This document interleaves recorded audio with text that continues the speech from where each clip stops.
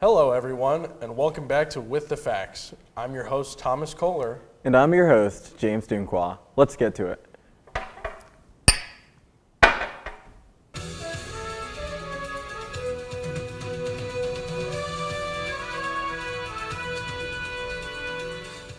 In a statement that we all hope was an April Fool's joke, the Trump administration said that they would no longer be sending humanitarian aid to the countries of Guatemala, El Salvador, and Honduras on the basis that those countries don't help the U.S. enough.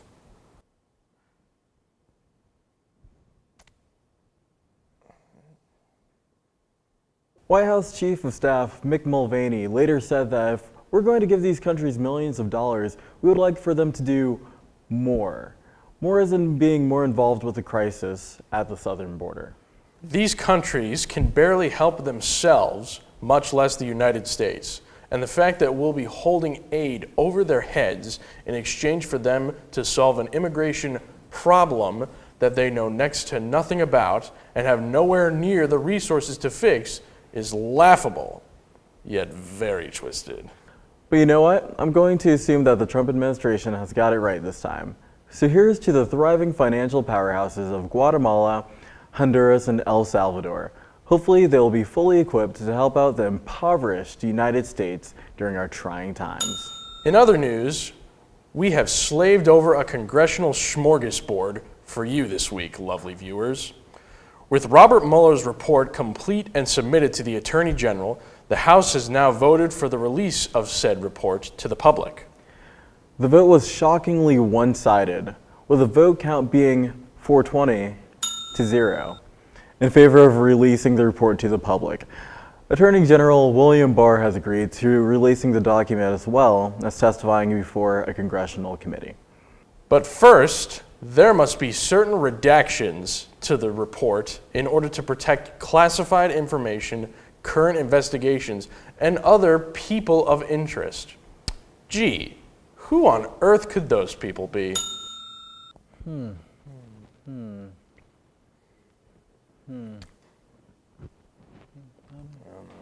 Another target on our rant is President Trump's supposed plan to repeal the Affordable Care Act, aka the ACA, aka Obamacare.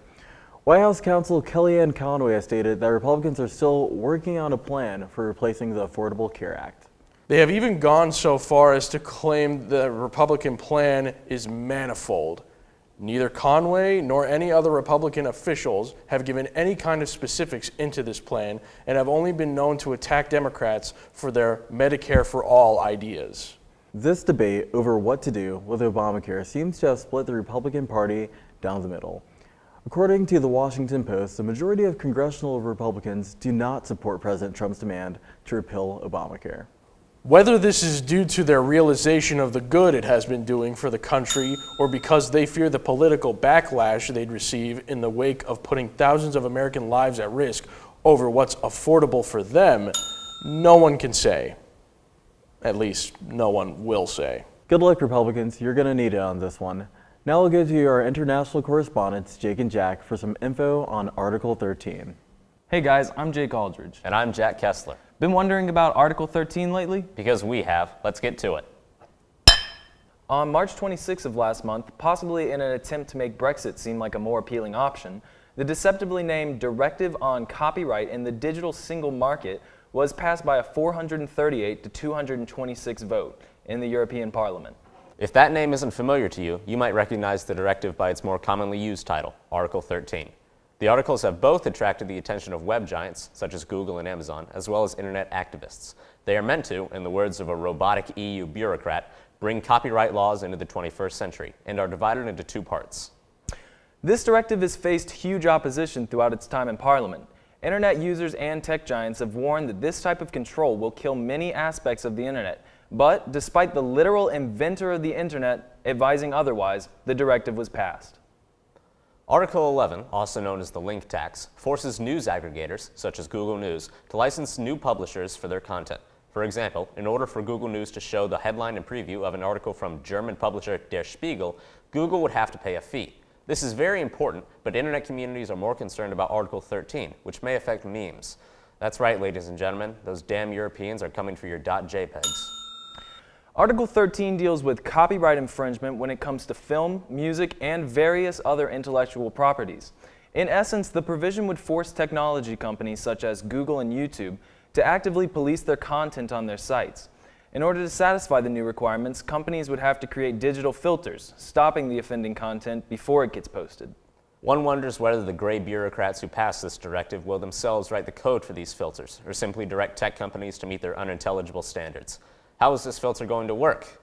Well, YouTube has spent over $60 billion developing their filter thus far, and literally all YouTubers do is complain about it. We can't be sure how the DCDs will be implemented throughout the European Union, as each country will have to implement its own policies. Britain, for example, may just try and leave the EU a second time. Still, the fact that these articles passed in the hopes of civilizing the Wild West of the internet may lead to the abolition of all that made the internet free and glorious is the saddest news of all. So in summary, enjoy your memes while you can. That's all we have for today. As always, thanks for tuning in to With the Facts. I'm Jack Kessler. And I'm Jake Aldridge. We'll see you next time.